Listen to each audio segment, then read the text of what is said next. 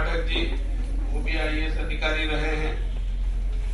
सुलभ के अध्यक्ष श्री SP सिंह साहब, बिहार के पूर्व मंत्री श्री नरसिंह बेटा जी, अलवर से पधारी हुई बहनें जिनका उद्बोधन भाषण अभी आपने बड़े उत्साह के साथ और आनंद के साथ सुना, ऐसी श्रीमती उषा चोमर जी जो सुलभ इंटरनेशनल की प्रेसिडेंट भी है, श्रीमती गुड्डी अटवाल जी और वृंदावन की बहनें जिनका भाषण अभी आपने सुना, श्रीमती मानू घोष जी और श्रीमती द्रौपदी जी, हमारे सफाई कर्मचारी वित्त विकास निगम के प्रबंधक नागराज जी, उपस्थित सभी बहनों भाइयों और अन्य सभी उपस्थित महानुभाव, मैं आप सबको नए साल की बधाई देता हूं।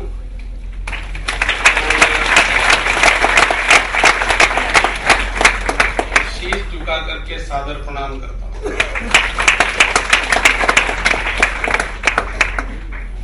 मैं यहाँ आया तो इस संस्थान को देख करके बहुत अभिभूत, बहुत आनंद हो रहा है और ऐसा महसूस कर रहा हूं कि यहाँ आकर के स्वर्ग की अनुभूति हो रही है। स्वर्ग और नर्क की परिभाषा अगर करो तो इस प्रकार की व्यवस्था जहाँ है वहाँ स्वर्ग का ही स्वरूप होता है। सारे देश में इस प्रकार के वातावरण की आवश्यकता है और इस प्रकार का वातावरण बनाने के लिए हमारे यहाँ आदिकाल से प्रयास हो रहे हैं। आज उन प्रयासों की और महती आवश्यकता है क्योंकि बीच बीच में कुछ विकृतियां आई तो गड़बड़ियां भी फैली और नहीं तो आप और हम सब जानते हैं कि हमारी संस्कृति वसुधैव कुटुंबकम की है। सारा ब्रह्मांड एक परिवार है, सारी वसुधा एक परिवार है और जब एक परिवार है तो परिवार के सभी सदस्यों का समानता का भाव और समरसता का भाव परिलक्षित होता है, दिखाई देता है।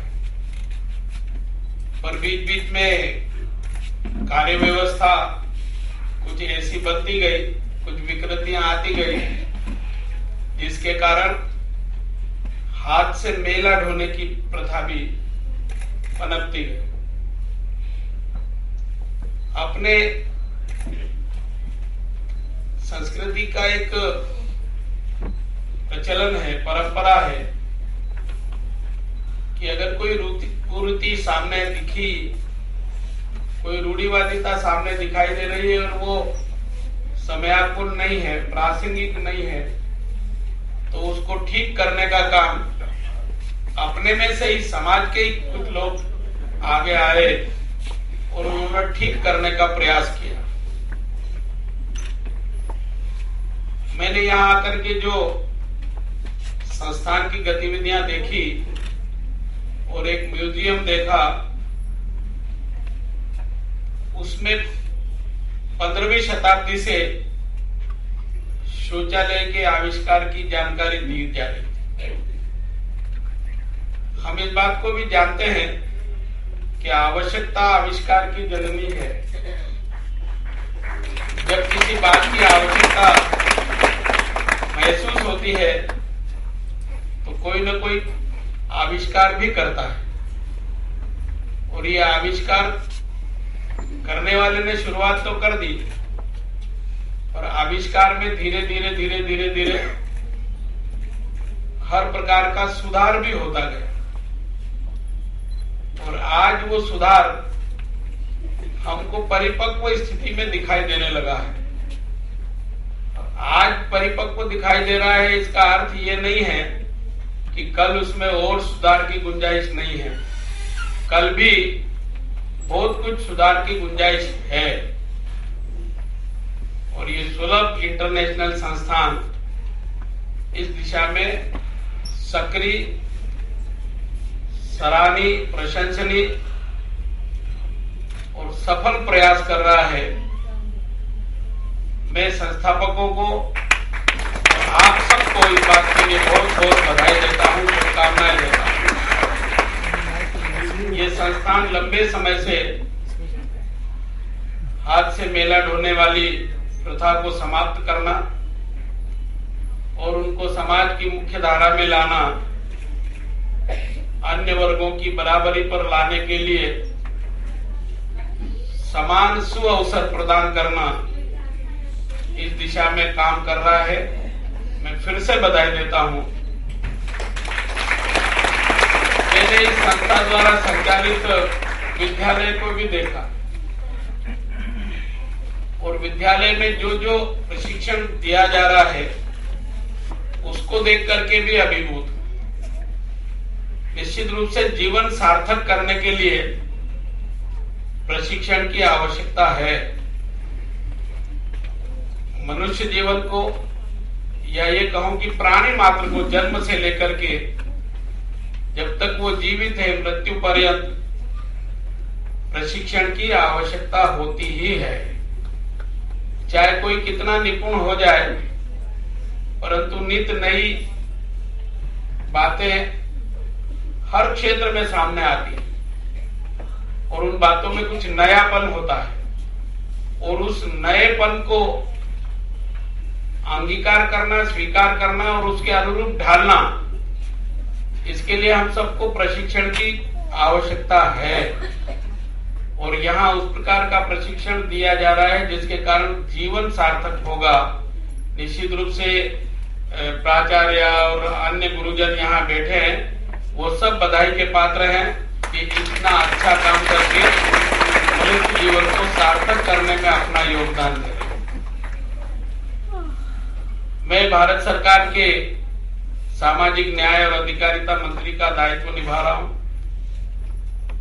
सामाजिक न्याय और अधिकारिता मंत्रालय में अनुसूचित जाति, सफाई कर्मचारी, हाथ से मेला ढोने वाले कर्मचारी, विकलांग वर्ग, पिछड़ा वर्ग, किन्नर वर्ग, घुमंतु जाति, वृद्धजन और ऐसे लोग जो नशे में लिप्त है उनको नशा मुक्त कराना, ऐसे लोग जो भिक्षावृत्ति कर रहे हैं उनको भिक्षावृत्ति से मुक्ति दिलाना, इन कामों को करने के लिए कार्य योजनाएं चलाता है मेरा मंत्रालय।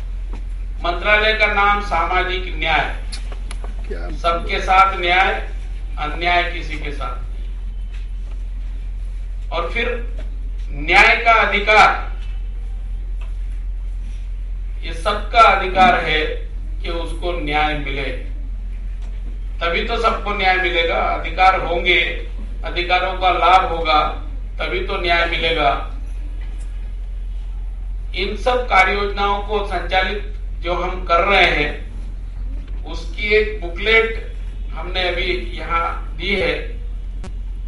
उनमें उन कार्य योजनाओं का वर्णन है और उन कार्य योजनाओं का वर्णन इसलिए दिया गया है कि जिसको जिस प्रकार के काम की आवश्यकता है वो उन योजनाओं का लाभ ले ले। भारत सरकार के प्रधानमंत्री जी ने, जैसा आदरणीय डॉक्टर बिंदेश्वर जी पाठक साहब ने बताया, कि लाल किले की प्राचीर से स्वतंत्रता दिवस के अवसर पर देश के प्रधानमंत्री नरेंद्र मोदी जी ने जब ये कहा कि स्वच्छ भारत, स्वस्थ भारत, और इसके लिए शौचालय पहले बनाए, बाद में मंदिर बनाए। अब इससे बड़ी बात और कोई कह नहीं सकता। और इस वाक्य का अर्थ का अनर्थ भी निकाला गया। इसका अर्थ अन्यथा लेकर के कुछ प्रतिक्रियाएं भी हुई, परंतु उन्होंने कहा कि पहले शौचालय का मतलब यह है कि उठते ही व्यक्ति पहले अपने आप के शरीर को और शरीर के साथ साथ पेट को स्वस्थ कर ले। जब ये स्वस्थ हो जाएगा तो मन, मस्तिष्क, आचार, विचार, संस्कार भी स्वस्थ हो जाएंगे। और इस प्रकार के मन, मस्तिष्क, आचार, विचार की स्वस्थता की आज प्रत्येक प्राणी में, प्रत्येक व्यक्ति में आवश्यकता है।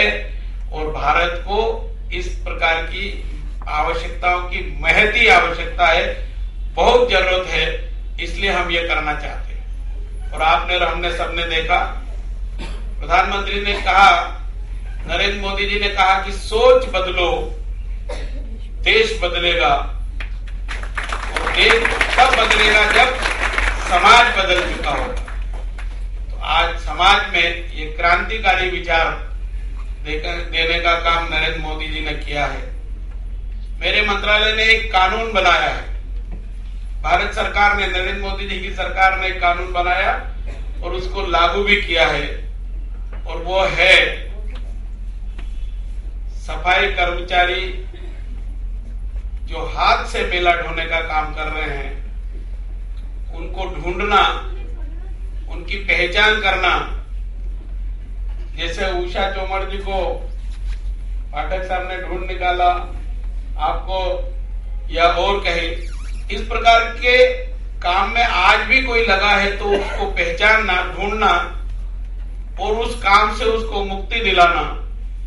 और उस काम से मुक्ति दिलाने की समयावधि में वो क्या करेंगे, घर बार कैसे चलाएंगे, परिवार के बच्चों की कैसे लालन पालन करेंगे, तो ये तय किया है कि हम 40,000 रुपए, जैसे ही वो धंधा छुड़ाएंगे तो 40,000 रुपए 6 माह के लिए वेतन आदि की सुविधा की दृष्टि से मानदेय के रूप में उनको देंगे।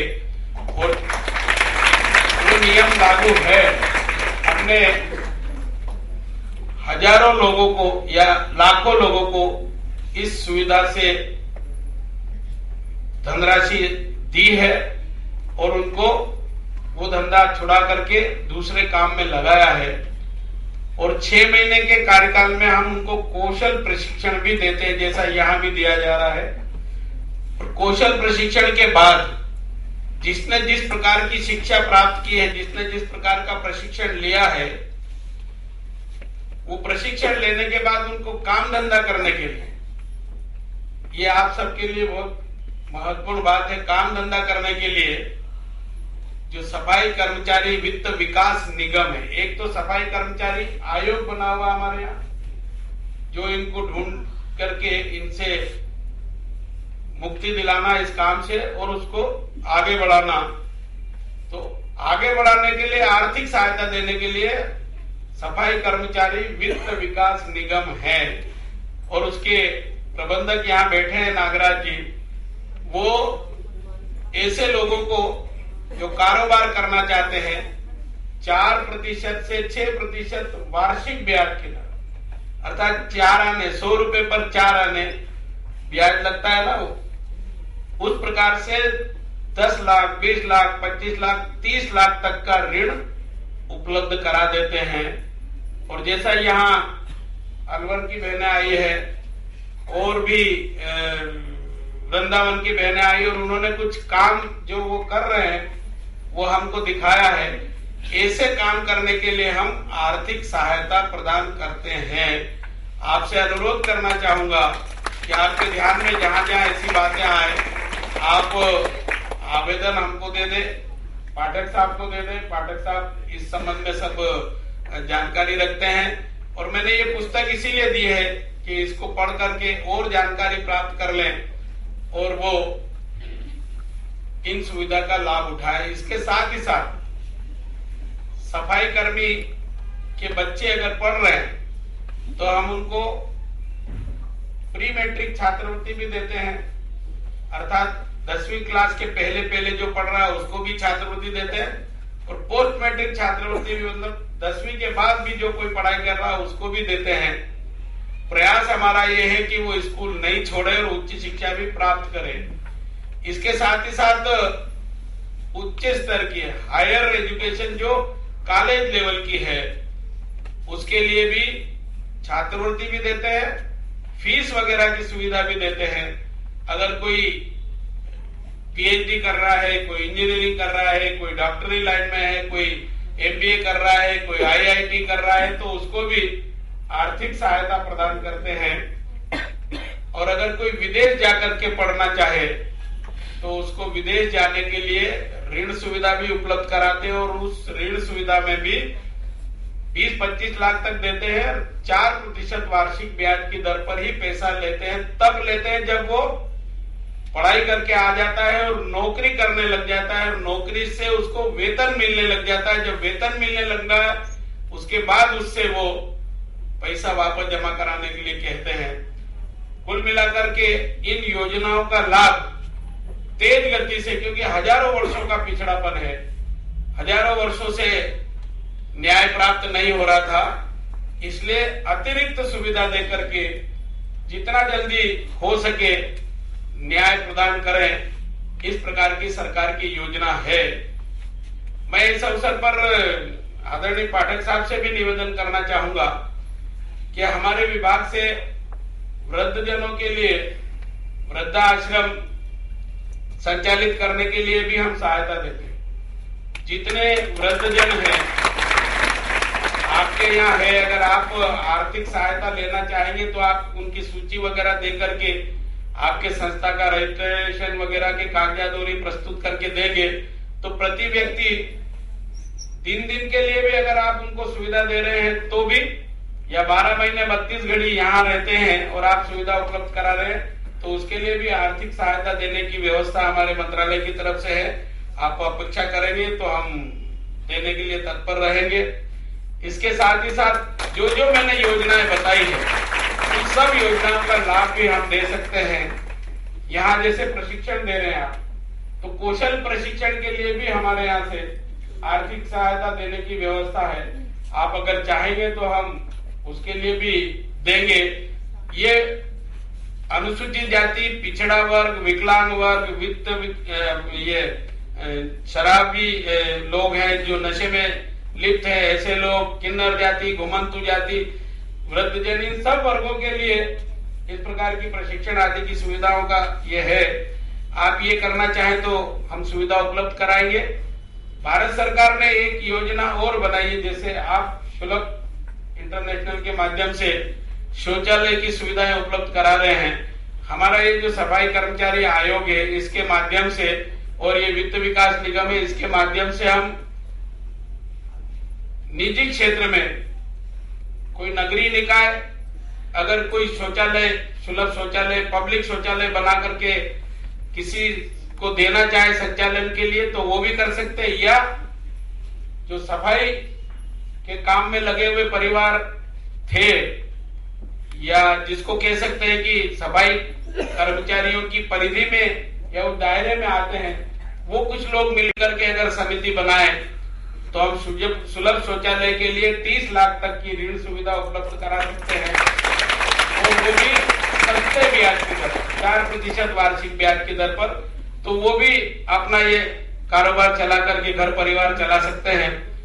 इसी प्रकार का एक संस्थान हम प्राइवेट पार्टनरशिप के आधार पर 30 लाख रुपए की लागत से सार्वजनिक शौचालय